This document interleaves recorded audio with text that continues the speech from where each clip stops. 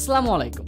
যারা নতুন ভোটারের জন্য আবেদন করেছেন, আবেদন করার পরে যাদেরকে একটা টোকেন দিয়ে দিয়েছে বা যাদেরকে এসএমএস দিয়ে দিয়েছে, তো এসএমএস এবং টোকেন দেওয়ার পরে আপনারা কিভাবে মাত্র 2 থেকে 3 মিনিটের ভিতরেই আপনাদের হাতে থাকা স্মার্টফোন দিয়ে আপনাদের যে ভোটার আইডি কার্ডটা আছে সেটা কিভাবে অনলাইনের মাধ্যমে ডাউনলোড করবেন।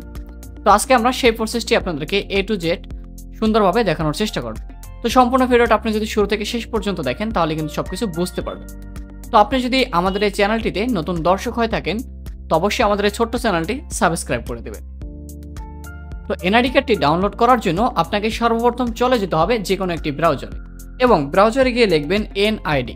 তো এনআইডি লেখার পরেই আপনারা একটা এন্টার প্রেস করে দেবেন। তো এন্টার প্রেস করার সাথে সাথে আপনাদেরকে এরকম একটা পেজে নিয়ে আসবে। যদি আপনারা এই পেজে না আসতে পারেন সেক্ষেত্রে আমি আমার ভিডিও ডিসক্রিপশন বক্সে লিঙ্কটা দিয়ে দিয়েছি, আপনারা চাইলে কিন্তু সেখান থেকে সরাসরি এই পেজটিতে চলে আসতে পারবেন। তারপরে উপরে দেখাচ্ছে এনআইডি, তো আমরা এনআইডি যে বাটনটা আছে সেখানে একটা ক্লিক করব। তো ক্লিক করার সাথে সাথে আমাদেরকে এরকম একটা পেজে নিয়ে আসবে যেখানে উপরে কর্নার দেখাচ্ছে এনআইডি সার্ভিস, তার নিচে দেওয়া আছে এনআইডি অনলাইন সার্ভিসেস। তো আমরা এখানে একটা ক্লিক করব। তো ক্লিক করার পর আমাদেরকে এরকম একটা পেজে নিয়ে আসবে যেখানে লেখা থাকবে বাংলাদেশ এনআইডি অ্যাপ্লিকেশন সিস্টেম। তো আমি এই পেজে আসার লিঙ্কটা আপনাদেরকে এককালে ভিডিও ডিসক্রিপশন বক্সে দিয়ে দেব। তারপরে এখানে দেওয়া আছে অ্যাকাউন্ট নেই, আমরা সেই অ্যাকাউন্ট নেই বাটনে ক্লিক করে যে নিচে রেজিস্ট্রেশন করুন বাটন আছে সেখানে ক্লিক করব। তো ক্লিক করার পর আমরা যখন আবেদন করেছি তখন কিন্তু আমাদের যে ফর্ম নম্বরটি ছিল সেই ফর্ম নম্বরটি আমরা এখানে বসিয়ে দেব। তো ফর্ম নম্বরটি বসিয়ে দেওয়ার আগে আমরা সামনে লিখে দেবো NIDFN। লেখার পরে যে আমাদের ফর্ম নম্বরটি আছে সেটা আমরা এখানে বসিয়ে দেব এবং যাদের এসএমএস চলে এসেছে তারা কিন্তু এখানে এসএমএসটি বসালেই হয়ে যাবে। তারপরে নিচে দেখাচ্ছে জন্ম তারিখ, তো আমরা এখানে আমাদের যে জন্ম তারিখটা আছে সেটা এখানে বসিয়ে দেব। তো জন্ম তারিখ এবং জাতীয় পরিচয়পত্র নম্বর বা ফর্ম নম্বর বসানো হয়ে গেলে নিচে যে একটা ক্যাপচার দেখাচ্ছে তো আমরা ক্যাপচারটি সুন্দরভাবে এখানে বসিয়ে দেব। তো ক্যাপচারটি বসানো হয়ে গেলে আমরা সাবমিট বাটনে ক্লিক করব। যাদের ক্যাপচারটি বুঝতে সমস্যা তারা কিন্তু এখানে রিফ্রেশ বাটন আছে, এখানে রিফ্রেশ বাটনে ক্লিক করে কিন্তু চাইলে আপনারা রিফ্রেশ করে নতুন একটি ক্যাপচার এখানে যোগ করতে পারবেন। তারপর সেই ক্যাপচারটি দেখে এখানে বসিয়ে দেবেন। তো ক্যাপচারটি বসানো হয়ে গেলে আমরা সাবমিট বাটনটা আছে সেখানে একটা ক্লিক করে দেব। তো আমার এখানে আগে একটা অ্যাকাউন্ট করা ছিল, আপনাদের দেখানোর জন্য আবার নতুন করে আবেদন করতেছি, তাই সে আমি বহাল বাটনটি আছে সেখানে একটা ক্লিক করব। তো বহাল বাটনে ক্লিক করার পর আমাদেরকে যে বর্তমান ঠিকানা আছে সেটা এখানে দেখাবে। তো আপনি আপনার জাতীয় পরিচয়পত্রে যেভাবে বর্তমান ঠিকানা দিয়েছেন এখানে সেমভাবে বর্তমান ঠিকানাটি বসিয়ে দেবেন। তো প্রথমে বিভাগ বসাবেন, তারপরে জেলা বসাবেন, তারপরে আপনি আপনার উপজেলা বসাবেন। তো বর্তমান ঠিকানাটা বসানো হয়ে গেলে সেমভাবে আপনি আপনার স্থায়ী ঠিকানাটা এখানে বসিয়ে দেবেন। প্রথমে বিভাগ, তারপরে জেলা, তারপরে উপজেলা।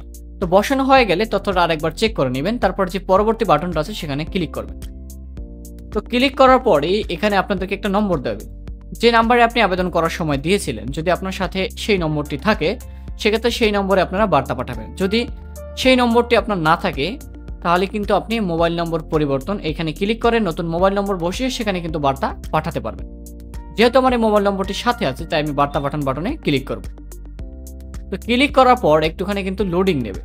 তো লোডিং নেওয়ার পরে কিন্তু আমাদের ফোনে এসএমএস চলে আসবে। তো আপনার এসএমএস এর সময়সীমা থাকবে 1 মিনিট, তার ভিতরে কিন্তু আপনাকে এখানে এসএমএসটি বসাতে হবে। যদি এসএমএসটি আপনার ফোনে না আসে সেখানে পুনরায় আপনি এসএমএস পাঠাতে পারবেন।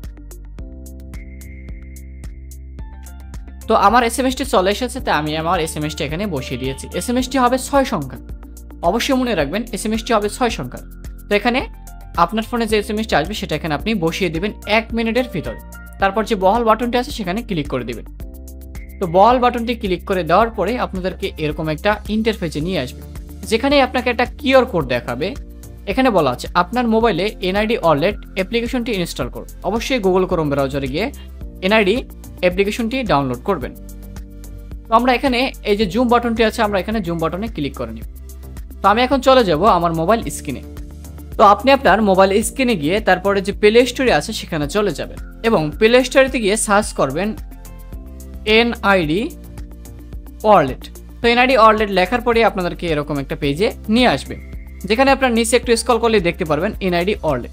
যেহেতু আমার এটা ইনস্টল করা আছে, ইনস্টল করা থাকলে আপনি এখান থেকে ওপেন করে নেবেন।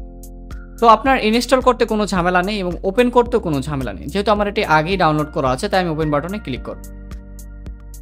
তো ওপেন বাটনে ক্লিক করার পর আমাদের যে স্ক্যানারটি আছে এখানে সেই স্ক্যানারটি আমরা স্ক্যান করব। তো আমরা আমাদের ফেজের দিকে ধরবো। তো আমাদের ফেজটা যেদিকে সাইড করতে বলবে আমাদের স্ক্যানারটি আমরা সেদিকে সাইড করব। তারপরে চোখে পলক দেব, তারপরে যে ওকে বাটনটি আসবে সেখানে আমরা এটা ক্লিক করে দিব। তো ওকে বাটনে ক্লিক করার পরে আমাদেরকে কিন্তু এরকম একটা পেজে নিয়ে আসবে যেখানে লেখা আছে সেট পাসওয়ার্ড। আপনি কিন্তু চাইলে এখান থেকে নতুন একটি সেট পাসওয়ার্ড দিতে পারবেন এবং চাইলে কিন্তু এখান থেকে এড়িয়ে যেতে পারবেন। আপনি যদি সেট পাসওয়ার্ড দেন সেক্ষেত্রে কিন্তু আপনি যে কোনো মুহূর্তে আপনি আপনার প্রোফাইলে প্রবেশ করতে পারবেন ফেস স্ক্যান ছাড়াই। তো আমরা পাসওয়ার্ড এর আগে একটা দিয়েছিলাম, সেক্ষেত্রে আমরা নতুন পাসওয়ার্ড দিব না। তো আমি আমার প্রোফাইলটি লক করার জন্য নতুন একটি পাসওয়ার্ড দিয়ে দেব। তো আমি এখানে আমার ইউজার নেম এবং পাসওয়ার্ড দিয়ে দেব। তো আমি ইউজার নেম এবং পাসওয়ার্ড একই দেব। তো আমার ইউজার নেম এবং পাসওয়ার্ডটি দেওয়া হয়ে গেলে যে আপডেট বাটনটি আছে আমরা সেখানে একটা ক্লিক করব। তো ক্লিক করার পর আমাদেরকে এরকম একটা পেজে নিয়ে আসবে যেখান থেকে আমরা কিন্তু চাইলে আমাদের এনআইডি কার্ডটি খুব সহজেই ডাউনলোড করতে পারব। তো আপনি চাইলে কিন্তু আপনার প্রোফাইলটি ভিজিট করতে পারবেন। তো এবং আপনার প্রোফাইলে গিয়ে সব তথ্য দেখতে পারবেন যে আপনার প্রোফাইলে সব তথ্য ঠিক আছে কিনা। তো আমরা তারপরে নিচে দেওয়া আছে যে ডাউনলোড জাতীয় পরিচয়পত্র ডাউনলোড করুন। তো আমরা ডাউনলোড বাটনে একটা ক্লিক করব। তো ক্লিক করার পরে আমাদের যে জাতীয় পরিচয়পত্রটি আছে সেটা কিন্তু দেখাবে। তো আমার হলো এই জাতীয় পরিচয়পত্রটি। তো আমরা এখন এই জাতীয় পরিচয়পত্রটি ডাউনলোড করে নিতে পারবো খুব সহজেই। আপনি যদি মোবাইল থেকে বের করেন সেক্ষেত্রে কিন্তু ইন্টারফেসটা অন্যরকম আসতে পারে। তো আপনি ডাউনলোড করার পরে আপনার ফাইলটা কিন্তু সরাসরি আপনার যে ফাইল ম্যানেজার আছে সেখানে চলে যাবে। যেহেতু এটা আমার পিসি সেক্ষেত্রে আমার কিন্তু Ctrl+S দিয়ে সেভ করতে হবে। তো আমরা এটা এখন ডেস্কটপে সেভ করব, তাই ডেস্কটপটা সিলেক্ট করে দেব। তো ডেস্কটপটা সিলেক্ট করে দেওয়ার পর এনআইডি কার্ডটা কিন্তু আমাদের ডেস্কটপে চলে যাবে।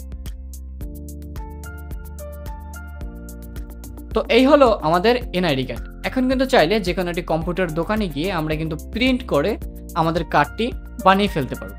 তো আপনি কিন্তু চাইলে এভাবে খুব সহজেই আপনার এনআইডি কার্ডটি ডাউনলোড করতে পারেন। তো এনআইডি কার্ড সংক্রান্ত আরও নতুন নতুন তথ্য পেতে আমাদের এই চ্যানেলটি সাবস্ক্রাইব করে রাখতে পারেন। তো দেখা হবে আবারও নতুন কোনো ভিডিওতে। সে পর্যন্ত সকলে সুস্থ থাকুন, ভালো থাকুন। আল্লাহ হাফিজ।